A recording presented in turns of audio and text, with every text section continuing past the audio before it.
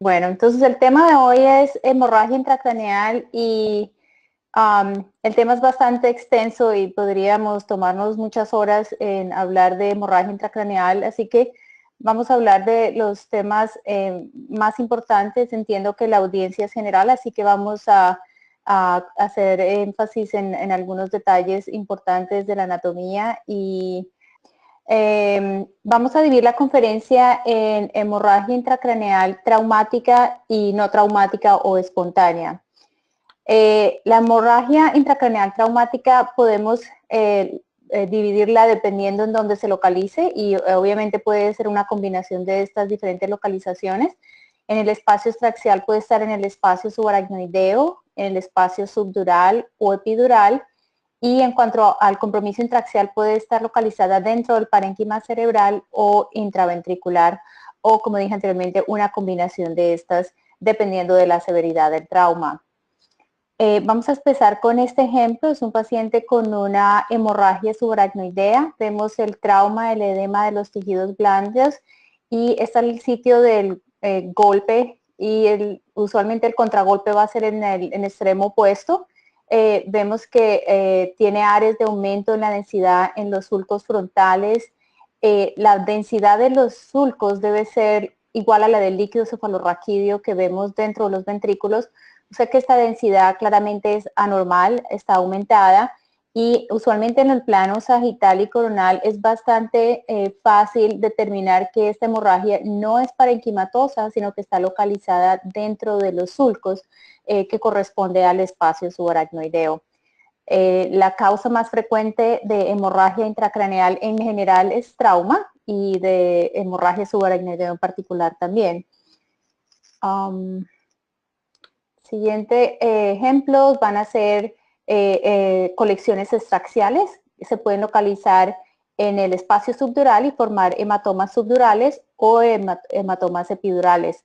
La manera de diferenciar estos dos hematomas es por la forma. El subdural es crescéntico y el epidural es en forma de lente biconvejo. Los hematomas subdurales no cruzan las suturas. Cruzan las suturas, pero no cruzan las inserciones durales, como vamos a ver en un momento, a diferencia de los hematomas epidurales, que ellos no van a cruzar las suturas, es decir, no cruzan la sutura, pero sí pueden cruzar la inserción dural de la falx cerebral y del tentorio. Ya vamos a ver un ejemplo. Los hematomas subdurales usualmente son de origen venoso, mientras que la mayoría de los hematomas epidurales van a ser de origen arterial. Este es un hematoma subdural. La forma de nuevo es crescéntica, está extendiéndose a lo largo de la convejidad hemisférica izquierda y vemos cómo esta colección está sobrepasando el nivel de la sutura coronal, o sea que nos dice que es un hematoma subdural. Y a medida que el hematoma se extiende puede agrandarse en sentido transversal o puede extenderse a lo largo del tentorio, como en este caso, o a lo largo de la falx cerebral o de la cisura interhemisférica. Como dije anteriormente, los hematomas subdurales van a cruzar las suturas, pero no cruzan la inserción dural. Esta es la falx cerebral. Nunca un hematoma subdural va a pasar de derecha a izquierda o de izquierda a derecha y nunca va a pasar el nivel del tentorio, o sea que no va a ser supratentorial e infratentorial simultáneamente. Es importante siempre que vemos un hematoma agudo, y sabemos que es agudo porque la densidad es hiperdensa o cercana al hueso, bastante más alta que la densidad del líquido cefalorraquídeo en el ventrículo lateral. Es importante decir el efecto de masa que está ejerciendo en este paciente particularmente. El ventrículo lateral izquierdo está borrado, al igual que el tercer ventrículo, y esto resulta en una hidrocefalia no comunicante con dilatación del ventrículo lateral derecho. Además, otra complicación de la herniación subfalciana es que esta localización de las arterias cerebrales anteriores pueden ser comprimidas contra la falx cerebral y pueden resultar en infartos a lo largo de la arteria cerebral anterior unilateral o bilateralmente. Este es otro ejemplo de hematomas subdurales, en este caso bilaterales, y el hecho de que sean bilaterales se hace que no sea tan evidente el efecto de masa, no hay desviación de la línea media. Sin embargo, los ventrículos están casi completamente borrados y no hay sulcos. Todos los sulcos y las fisuras van a estar borradas. En este caso en particular quería mencionar el efecto hematocrito, que hace referencia a a un nivel contra nivel, en que los componentes celulares de la sangre van a la parte dependiente y el sobrenadante va a la parte anterior. Esto usualmente lo vemos en pacientes anticoagulados o pacientes con discrasia sanguínea, así que es importante tener en cuenta, mencionarle esto al médico en caso de que el paciente puede estar inconsciente y no puede informar inmediatamente que está anticoagulado o cualquier otra eventualidad. Entonces es importante tener eso en cuenta. Este es otro ejemplo, de nuevo un hematoma subdural agudo porque es hiperdenso, pero noten que tiene áreas de menor atenuación. Igualmente en este otro caso se llama el swirl sign o como de remolino.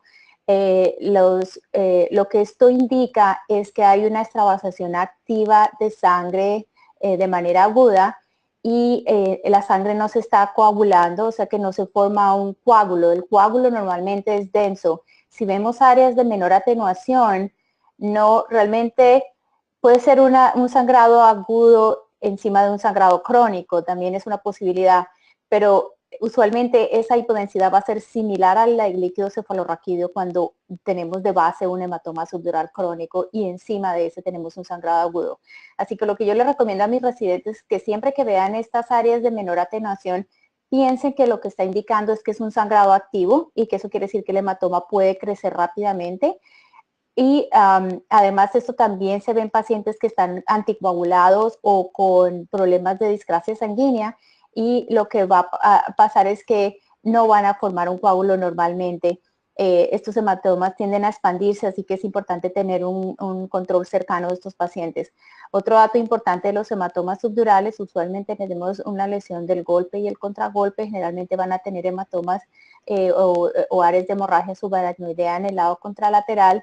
Los hematomas subdurales usualmente en el escenario de trauma implican un trauma severo. Usualmente el paciente no solo va a tener un hematoma subdural, sino que además tiene áreas de hemorragia subaracnoidea y áreas de sangrado parenquimatoso cerebral y de lesión axonal difusa.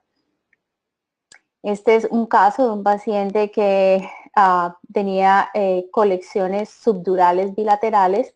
Fíjese que la densidad es bastante parecida, casi que isodensa con la corteza cerebral, con la sustancia gris de la corteza cerebral. En este punto los hematomas son difíciles de visualizar y podrían pasar inadvertidos, particularmente si son simétricos y bilaterales como en este paciente. No va a haber efecto de masa o desviación de la línea media porque son simétricos, entonces el efecto de masa viene bilateralmente. Lo que nosotros hacemos, tenemos una ventana específica para hematomas subdurales y una ventana para sangrado que hace más conspicua la visualización de los hematomas subdurales, particularmente en la fase subaguda en la que van a ser isointensas al parénquima cerebral. Los hematomas subdurales crónicos, como mencioné anteriormente, van a ser hipodensos. La densidad es bastante similar a la del líquido cefalorraquídeo y realmente no presentan un reto diagnóstico. Usualmente el diagnóstico los ve fácilmente. Ok, en cuanto a los hematomas epidurales, como dijimos anteriormente, tienen forma de lente biconvejo o como de una lens shape o de una lenteja más o menos. Frecuentemente están asociados a fracturas del hueso que está adyacente, en este caso el hueso temporal, y lo que ocurre es que esta este hueso fracturado va a lesionar la arteria, usualmente en esta localización la arteria meningia media, así que la mayoría de los sangrados epidurales van a ser arteriales, y estos pacientes usualmente cuando se evacúa el hematoma el pronóstico es bastante favorable. Sin embargo, hay otras presentaciones de los hematomas epidurales y en este paciente en particular, adicionalmente tenía unos pequeños focos de aire en el seno transversal derecho. Además, el seno transversal derecho se veía expandido como distendido con aumento de la densidad y en la ventana de hueso vemos los mismos pequeños focos de aire y adicionalmente la fractura del hueso temporal estaba extendiéndose posteriormente al hueso occipital y había diastasis de la sutura lambdoidea. Siempre que una fractura atraviesa un seno venoso mayor, como el seno sigmoideo, el seno transverso o el seno sagital superior, el neurocirujano hace un seguimiento muy cercano de estos pacientes porque hay riesgo de que sangre el seno venoso y se formen hematomas. Entonces, en este paciente, obviamente, la ley de Murphy, este paciente desarrolló un hematoma epidural. Dado que la sangre viene del seno venoso, este es un hematoma epidural venoso. O sea que yo dije anteriormente, la mayoría son arteriales y de hecho el 90% de los hematomas epidurales van a ser arteriales, pero aproximadamente el 10% de los hematomas epidurales puede ser de origen venoso y particularmente en este caso. De nuevo vemos el signo de sangrado, el Sorrel-Fine o de remolino con áreas de hipoatenuación dentro del hematoma que están indicando un sangrado activo significativo y de nuevo la característica del hematoma epidural puede cruzar la inserción dural, en este caso el tentorio, pero no va a pasar la sutura, en este caso va a ser la sutura lambdoidea está limitando el hematoma epidural, pero este sí puede estar en el compartimento supratentorial e infratentorial. Este hematoma fue evacuado y el paciente evolucionó satisfactoriamente. De nuevo, los hematomas epidurales, si el paciente es rápidamente tratado y evacuado el hematoma, el pronóstico es bastante favorable, a diferencia de los hematomas subdurales traumáticos que generalmente implican un peor pronóstico. Y esto es diferente de los hematomas subdurales que se ven en los ancianos con trauma menor o sin trauma. Estamos hablando de hematomas subdurales en un escenario traumático.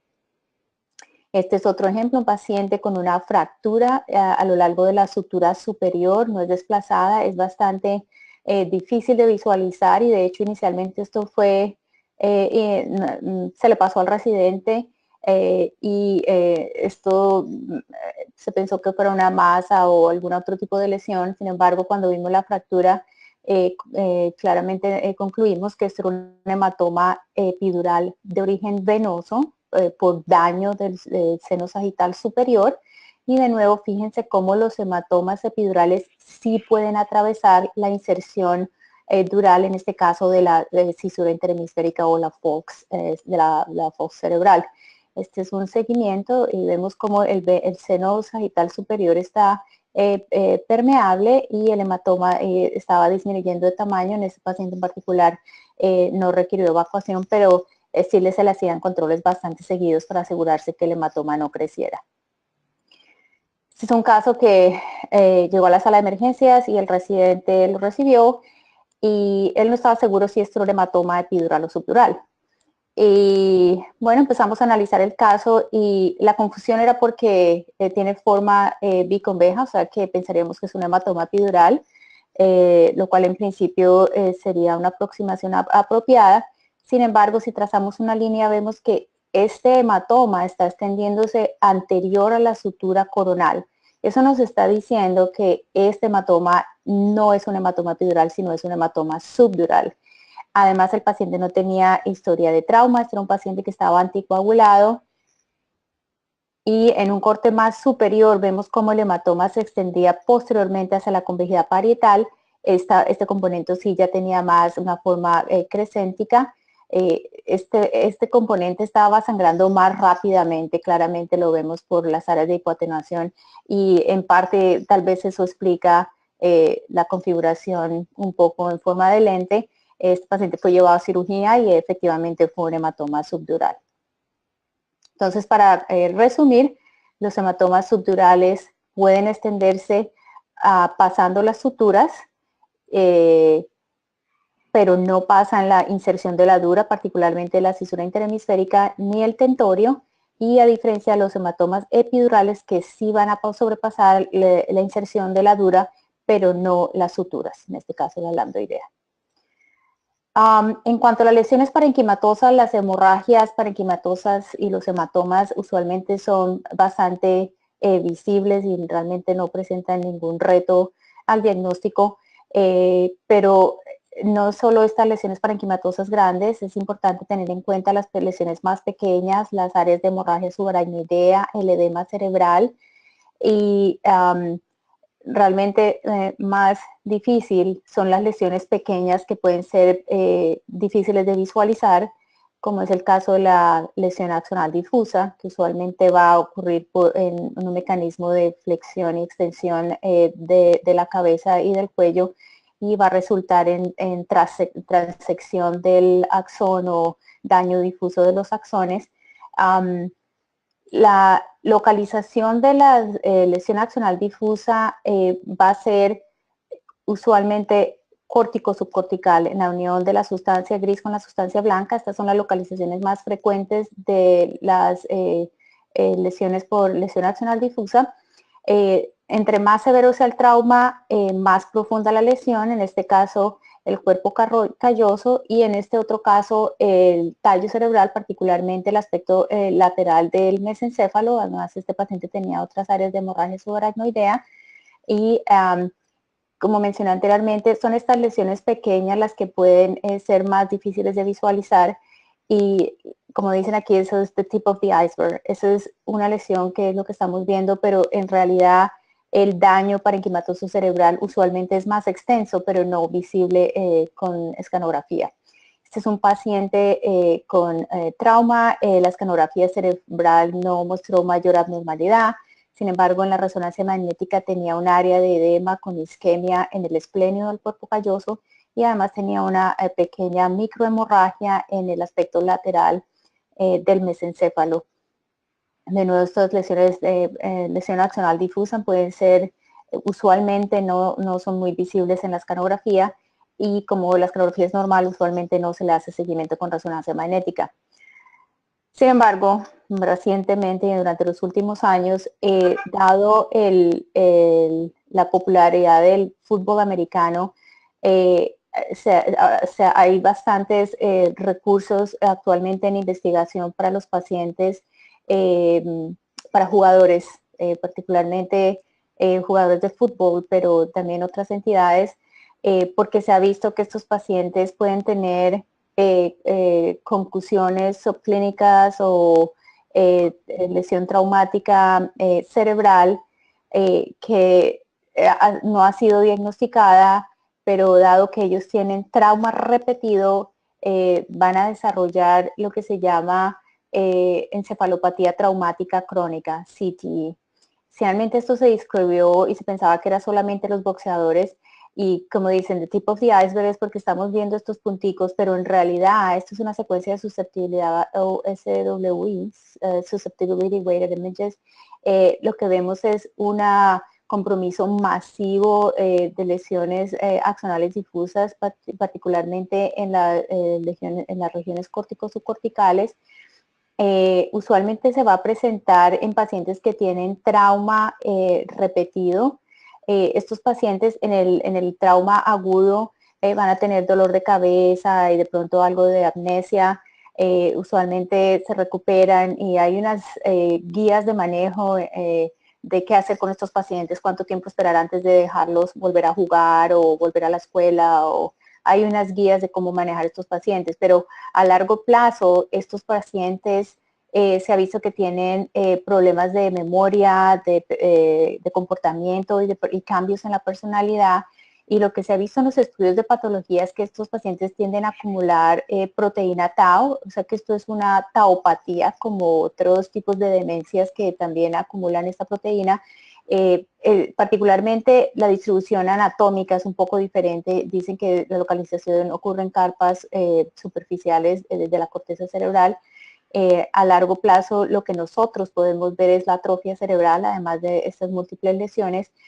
Y como dije anteriormente, hay muchos esfuerzos y mucho dinero dedicado a la investigación en estos pacientes con trauma cerebral leve, porque se piensa que la resonancia magnética multimodal como la resonancia magnética funcional y de espectroscopía, puede usarse como un biomarcador diagnóstico. Vamos a decir que esto pueda predecir la disabilidad de este paciente dependiendo de la cantidad o número de lesiones o anormalidades en la resonancia magnética funcional.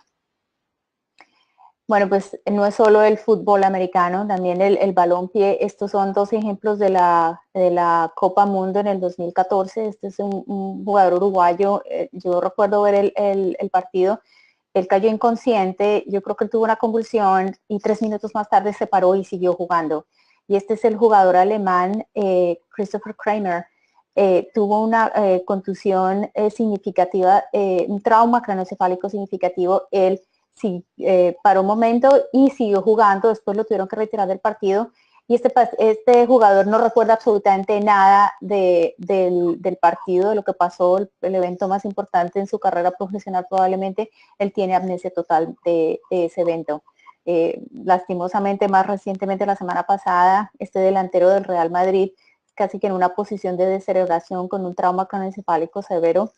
Y bueno, estos son los casos severos, pero adicionalmente, usar la cabeza para pegarle a la pelota también ha sido considerado como un factor de riesgo, y hay unas guías que recomiendan que particularmente niños jóvenes de menos de 14 años no usen la cabeza para cuando están jugando balompié, y bueno, hay otras recomendaciones para todos los deportes.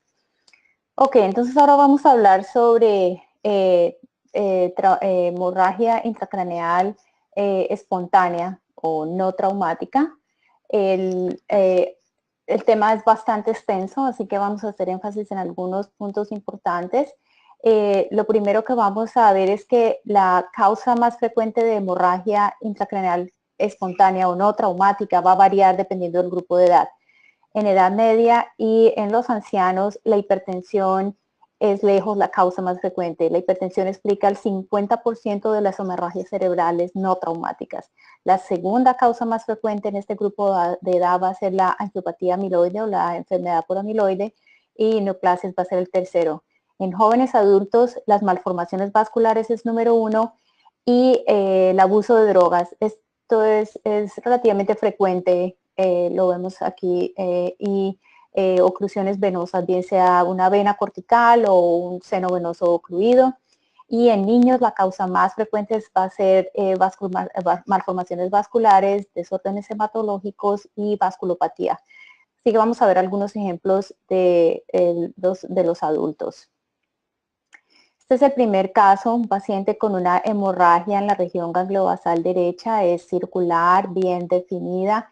Vemos que en el CT por angiografía no hay ninguna abnormalidad. Este paciente no era hipertenso, así que por eso se le hizo un CT por angiografía, y las imágenes NET muestran que el hematoma no tiene un nido, no hay una malformación vascular, no hay un aneurisma y no hay una masa definida.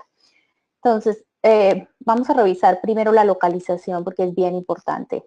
Este hematoma está localizado entre el putamen y la cápsula externa. Vamos a revisar un poquito de la anatomía.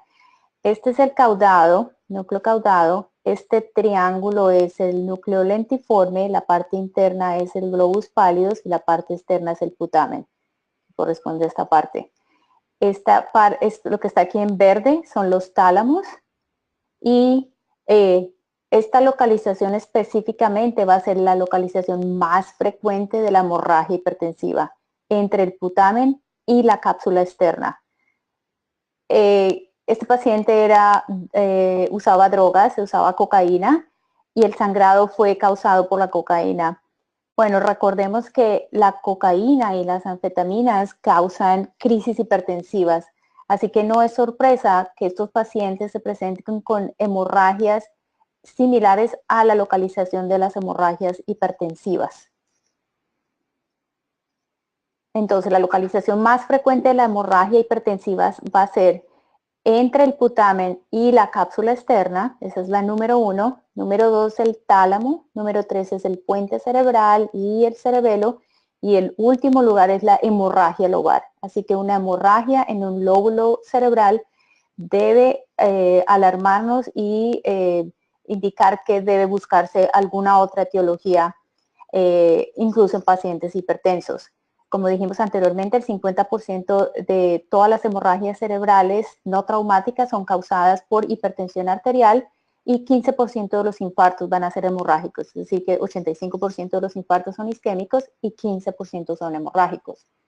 Entonces, de nuevo, la localización más frecuente es estriatocapsular o estriatocapsular entre el putamen y la cápsula externa, 60 a 65%. Tálamo es la segunda, el puente y el cerebelo la tercera y cuarta, y la última o menos frecuente va a ser en un lóbulo, en algún lóbulo cerebral. Otra característica importante de estas hemorragias hipertensivas es que estos pacientes van a tener múltiples focos de microhemorragia que se van a ver en la secuencia de gradiente de eco o en la secuencia de susceptibilidad como pequeños puntitos negros, similares a lo que vimos con el paciente anteriormente de la lesión axonal difusa, y ya vamos a ver un ejemplo más adelante. Este es un paciente que se presentó con una hemorragia cerebral y el residente pensó que estaba localizado en la región gangliobasal y se imaginó que esto era una hemorragia hipertensiva. Sin embargo, si recuerdan lo que vimos anteriormente en la anatomía, este es el núcleo lentiforme, en forma de triángulo. La parte central es el globus pallidus, la parte externa es el putamen y por fuera del putamen está la cápsula externa. Medial al lentiforme está la cápsula interna.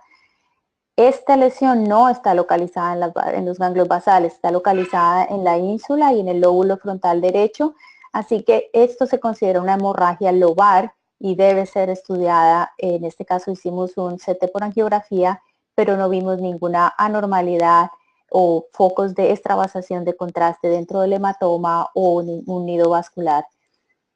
Esto confirma la resonancia magnética. De nuevo, los ganglios basales están preservados y en la angiografía por resonancia se veía que no había comunicación de este hematoma con los vasos normales o tampoco habían vasos anormales. Este es otro paciente joven, 33 años, que se presentó con una hemorragia lobar. De nuevo, en este grupo de edad, lo primero que tenemos que pensar es una malformación vascular, usualmente una malformación arteriovenosa. Sin embargo, este paciente tiene enfermedad de la sustancia blanca bastante extensa y difusa para la edad. Este era un paciente renal crónico que hizo un sangrado parenquimatoso. Recordemos que los pacientes renales crónicos o en falla renal y diálisis tienen un mayor riesgo de enfermedad cerebrovascular y de hipertensión y de sangrado intracerebral. De todas maneras, dada la edad, se hizo una angiografía por CT que no demostró ninguna anomalía subyacente. Quiero mencionar el spot sign o el signo del punto hiperdenso o de la mancha, no sé exactamente cuál sea la traducción, pero lo que quiere decir es que en estos hematomas, cuando vemos un foco hiperdenso dentro del hematoma, esto nos va a indicar que hay extravasación activa de sangre dentro del hematoma. Y lo que la importancia de esto es que esto pronostica la mortalidad y la morbilidad de estos pacientes. O sea que cuando vemos esto, vamos a tener que informar al médico de que el chance de expansión del hematoma es alto. ¿Cuáles son los criterios para decir que esto es un spot sign y no un aneurisma, por ejemplo? Bueno, estos son los criterios. Primero es que ese punto tiene que ser discontinuo de un vaso normal o anormal, o sea que no se puede conectar a ningún vaso. La densidad tiene que ser más de 120 unidades Hounsfield y puede haber más de un foco. ¿Cómo se calcula el cálculo del puntuaje? Si tiene 1 o 2 puntos, es un punto. Si tiene más de 3 o más, se le da 2 puntos. Si mide más de 5 milímetros, se le da 1 punto. Y si mide más de 180 unidades Hounsfield, pues tiene otro punto. Así que en nuestro ejemplo, este paciente, el foco medía 206 Hounsfield units, o sea que estaba bastante por encima del nivel y eso le daba 1 punto. Medía aproximadamente 5 milímetros, eso le daba otro punto. esto era el 5 milímetros, un punto por un foco, y mayor de 180 unidades Hounsfield le da otro punto, se da 3 puntos, lo que le da un alto chance de expansión del hematoma con aumento de la morbilidad y la mortalidad. Nosotros usamos esta ventana que ha sido descrita específicamente para esto. De lo contrario, con la ventana normal es bastante irregular, la medición no es exacta y la visualización también es menos precisa. Este paciente, una semana más tarde, el hematoma no estaba solo confinado al lóbulo temporal, sino que se estaba extendiendo a la ínsula y al lóbulo frontal derecho. Así que desafortunadamente sí creció el hematoma en este paciente y lamentablemente después el paciente falleció. Ok, otro ejemplo de hematoma lobar. De nuevo, vamos a hacerle un CT por angiografía. Este es un paciente que no estaba hipertenso. Hay que tratar de descubrir qué pasa, si hay una lesión vascular o un tumor. Hicimos el CT por angiografía, no hay un spot sign, no hay aneurisma, no hay una malformación vascular, no hay evidencia de masa. Así que se le hizo un seguimiento con la resonancia magnética. Este es el MEP, de nuevo no muestra lesiones subyacentes. En el seguimiento de la resonancia se vio que el hematoma había disminuido de tamaño y tenía una evolución normal para un hematoma, pero observamos todos estos pequeños puntitos hipointensos. Esta es la secuencia de gradiente de eco. Así que este paciente se hizo el diagnóstico de enfermedad por amiloide cerebral. De nuevo, él no tenía hipertensión. La mayoría de estos pacientes, aproximadamente el 70% de estos pacientes no van a tener hipertensión, y esta es la primera clave cuando el paciente llega a la sala de emergencia. No tiene hipertensión, tiene un sangrado cerebral, la angiografía es negativa. Usualmente estos pacientes pueden tener síntomas focales dependiendo de dónde está localizado el sangrado, pero también bastante importante es que aproximadamente el 40% de estos pacientes también van a presentarse con demencia. Y la localización de estos puntos negros en esta secuencia va a ser periférica. Este mismo paciente, esta es de nuevo la imagen de gradiente de eco, y observamos con la imagen de susceptibilidad, muestra el compromiso masivo en la periferia de los lóbulos, principalmente parietales y occipitales. Esa es la localización más frecuente de la enfermedad amiloide. Vemos que los ganglios basales están preservados. Esta es una comparación. De nuevo, los ganglios basales están preservados y la localización de los focos de microhemorragia están localizados en la periferia. Esto es amiloide, a diferencia de la hipertensiva, que se va a localizar justo donde lo mencionamos anteriormente, el putamen, los tálamos y periféricamente algunas en los lóbulos cerebrales. Esta es una manera útil de cómo hacer el diagnóstico diferencial. Ahora hay un porcentaje de pacientes que pueden tener ambos, obviamente. Entonces, de nuevo, la secuencia de susceptibilidad nos va a mostrar focos de hipointensidad.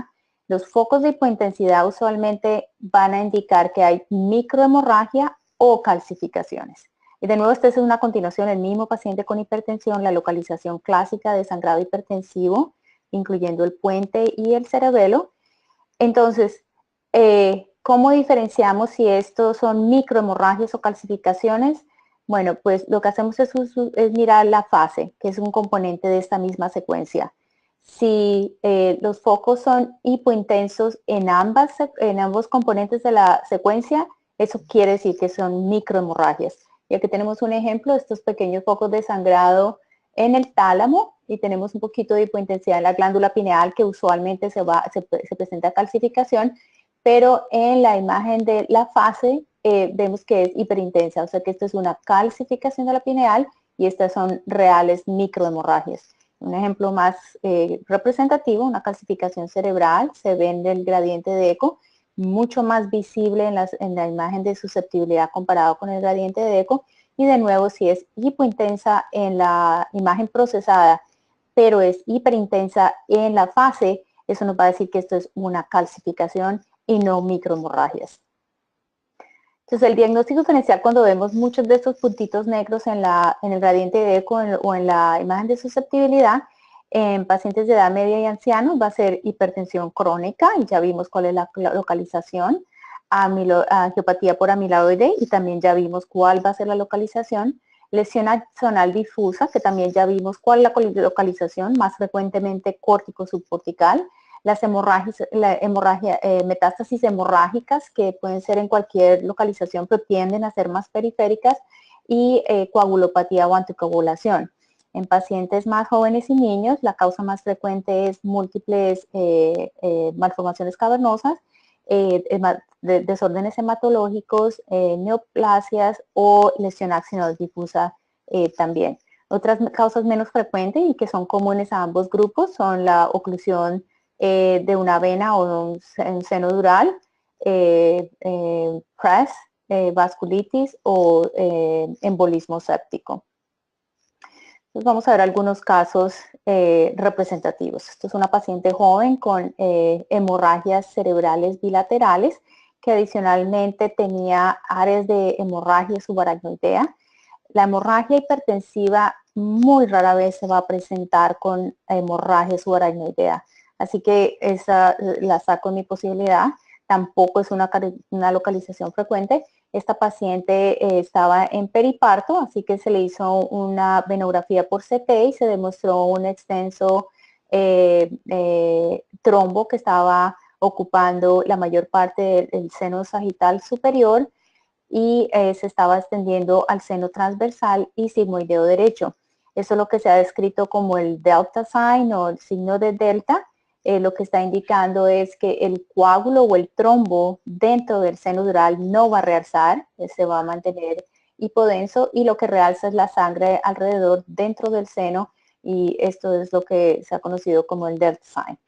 Este es otro ejemplo, una lesión hiperdensa que correspondía a una vena cortical de drenaje que estaba trombosada. Esto es el signo de la cuerda, o también tiene algunos nombres. Y lo que vemos es una área de densidad anormal en el parénquima subyacente.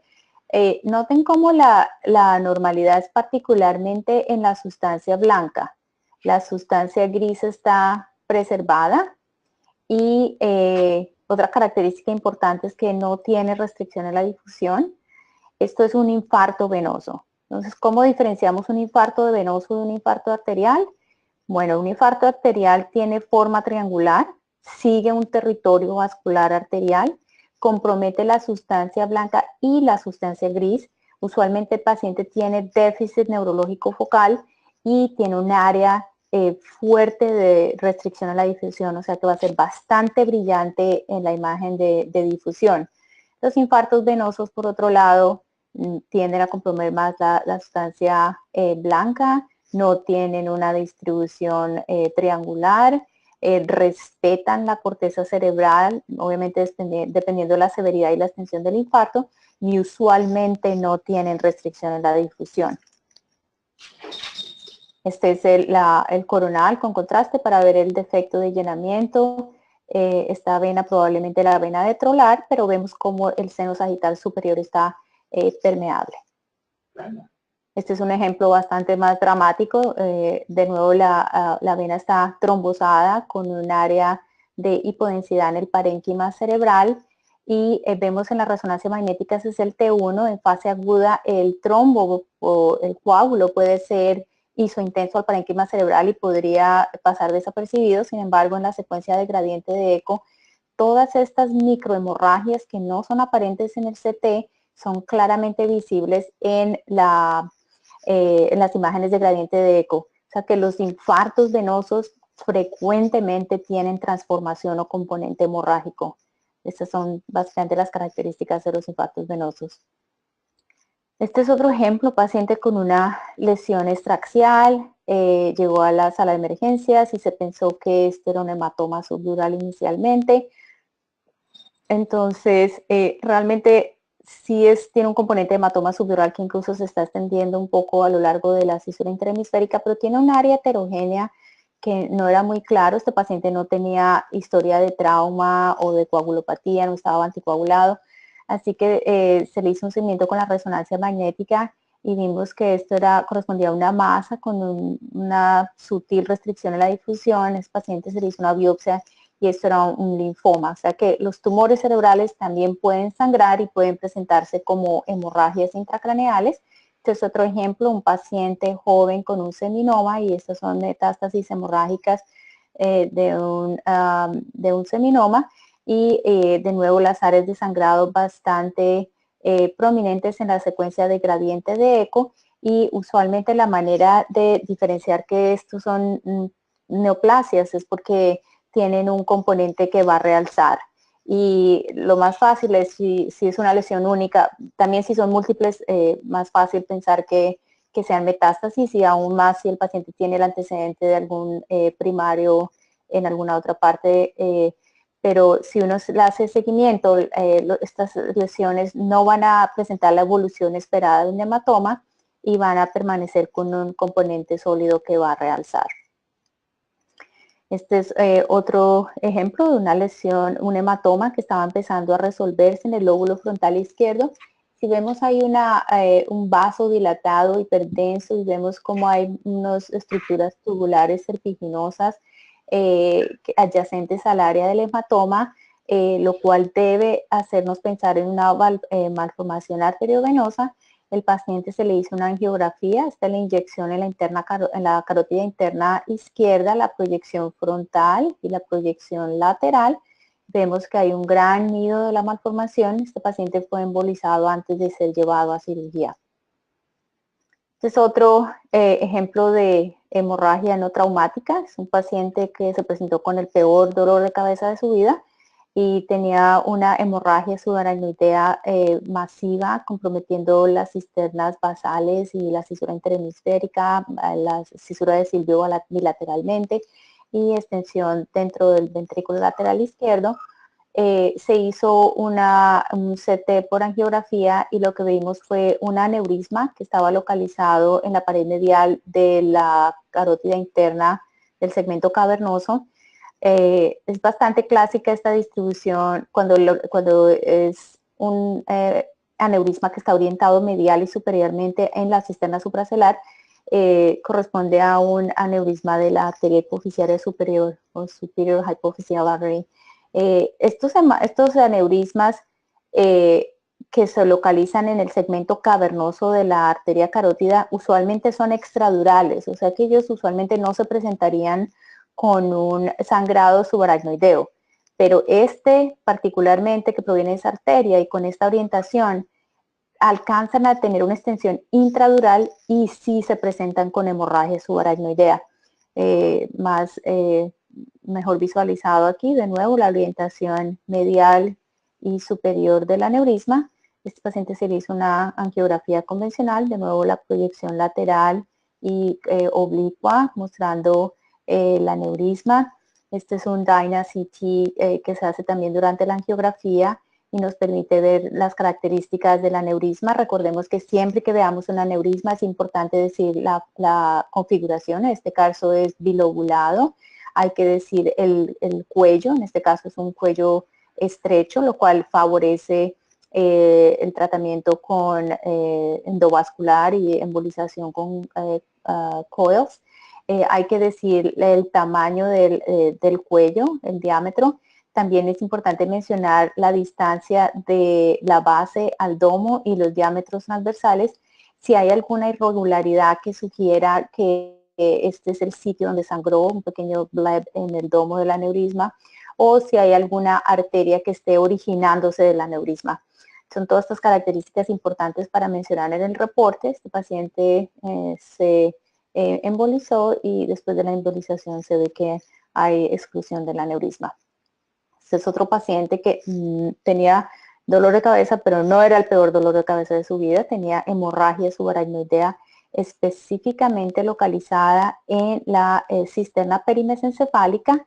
La impresión diagnóstica de este momento, dado que el Hunt and Hess del paciente era bastante bueno, el paciente no estaba para nada comprometido y la localización específica en la cisterna mesencefálica, consideramos que esta era una hemorragia subaracnoidea no aneurismática. Cuando tenemos este tipo de hemorragias subaracnoideas localizadas exclusivamente en las cisternas perimesencefálicas, podemos pensar que es un sangrado no aneurismático, sino que la causa probablemente es venosa. Así que por eso estos pacientes, la evolución es bastante satisfactoria y no presentan las complicaciones clásicas de los aneurismas rotos, como el vasoespasmo y infartos cerebrales.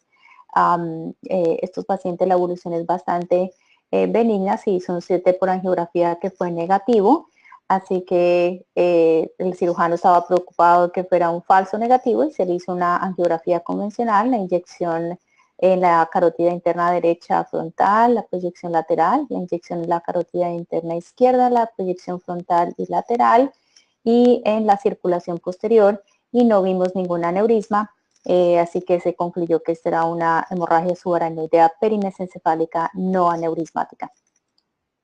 Esto es otro ejemplo, un paciente con una hemorragia subaracnoidea focal parietal superior, con un foco de coleccionamiento de la hemorragia adyacente al parénquima cerebral. Esto se confirmó con la resonancia, de nuevo un área focal de hemorragia subaracnoidea en un paciente que estaba séptico. Se le hizo la angiografía, esta es la proyección lateral, la proyección oblicua y esta es la proyección frontal, y vemos que hay un aneurisma bien periférico. Los aneurismas normalmente se localizan en los sitios de bifurcación, o sea, en la carótida terminal, en la bifurcación de la cerebral media, en la arteria comunicante anterior y al origen de la arteria comunicante posterior. Estas son las localizaciones más frecuentes de los aneurismas.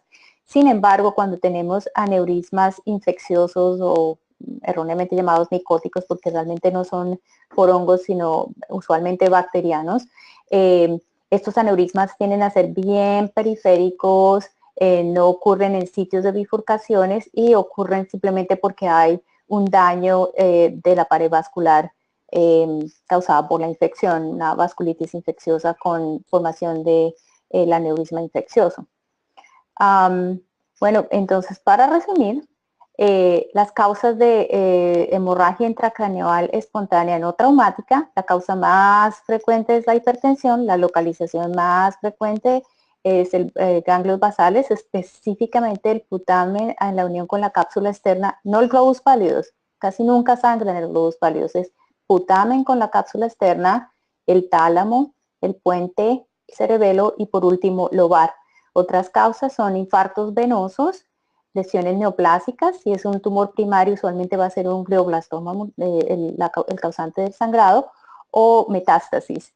Y otra etiología va a ser las lesiones vasculares. Y creo que tenemos un par de minutos para si hay preguntas.